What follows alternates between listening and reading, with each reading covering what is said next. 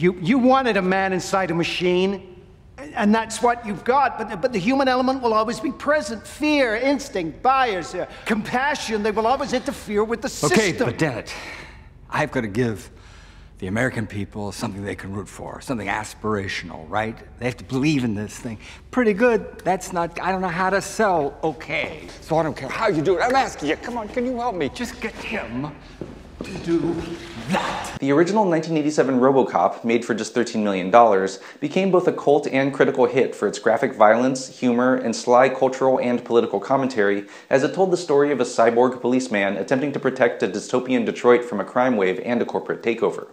With the film so celebrated and presciently topical more than 25 years since its release, most who know the original would call the idea of remaking RoboCop either infuriating, baffling, or sadly inevitable. But I've got some good news for you.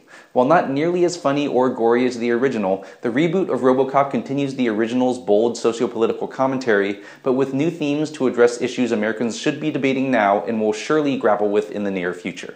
The basic premise of the film remains the same. In the not-too-distant future, a dedicated Detroit cop named Alex Murphy, played by Joel Kinnaman, is gravely wounded and has the salvageable parts of his head and body placed inside a crime-fighting robot called RoboCop, made by a company called Omnicorp, with Murphy's memories and humanity doing battle with his programming as he cleans up the streets and attempts to untangle a conspiracy linked with his own murder. But thankfully, the makers of the new RoboCop gave themselves some freedom with their adaptation, adding major characters like the well-meaning but conflicted chief scientist heading the RoboCop project, played by Gary Oldman, Murphy's wife, played by Abby Cornish, who spends the entire movie near tears, Omnicorp's head of marketing, played by Jay Baruchel, a military and weapons advisor, played by Jackie Earle Haley, and a bloviating conservative commentator named Pat Novak, played by Samuel L. Jackson, whose persona and TV show are obviously based on the shows and antics of Bill O'Reilly and Glenn Beck. While the 1987 film makes a point about the military-industrial complex, with Omnicorp's plans to refine their robot technology in American cities before making a killing selling it to the military, Novak and the CEO of Omnicorp, Raymond Sellers, played by Michael Keaton, make a forceful argument for bringing military drone technology used overseas to US soil where they can tirelessly and incorruptibly patrol America's streets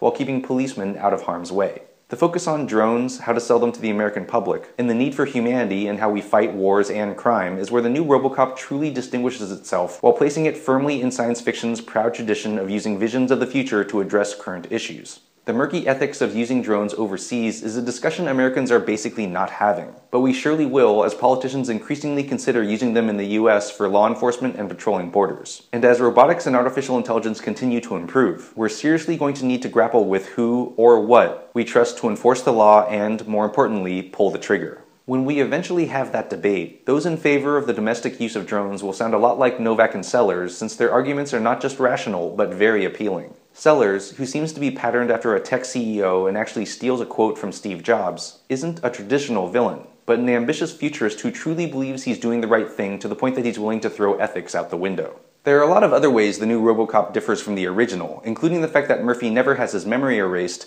and the rebellious humor of the original and its use of TV shows and commercials for jokes and social commentary are sorely missed. But fans of the original will find a lot to like about 2014's RoboCop, which pays homage to the original while making enough changes so it feels like it was worth making.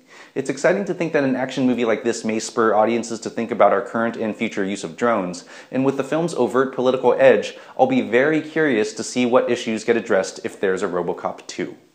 I'm Jonathan Kim, and this is a ReThink Review.